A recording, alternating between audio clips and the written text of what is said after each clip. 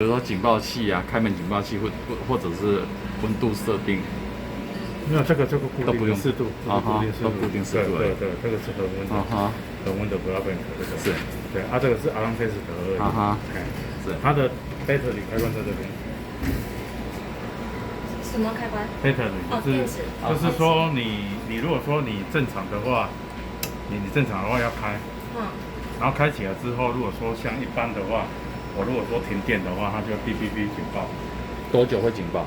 没有啦，它马上就警报了，就会哔哔哔啊，然后它应该是有一个 delay 的15分钟，我看一下15分钟。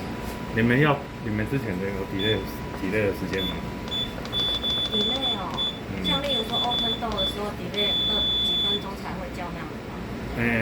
基本上就是它就是。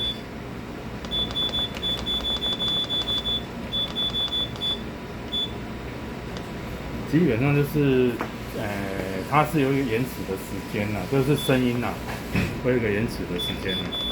我们会有一个标准，就是大概5分到2到3分钟，它就是。它没有，它不会，它这个是立即的，它血库是立即的，所以这台没办法设定。对，它是固定的。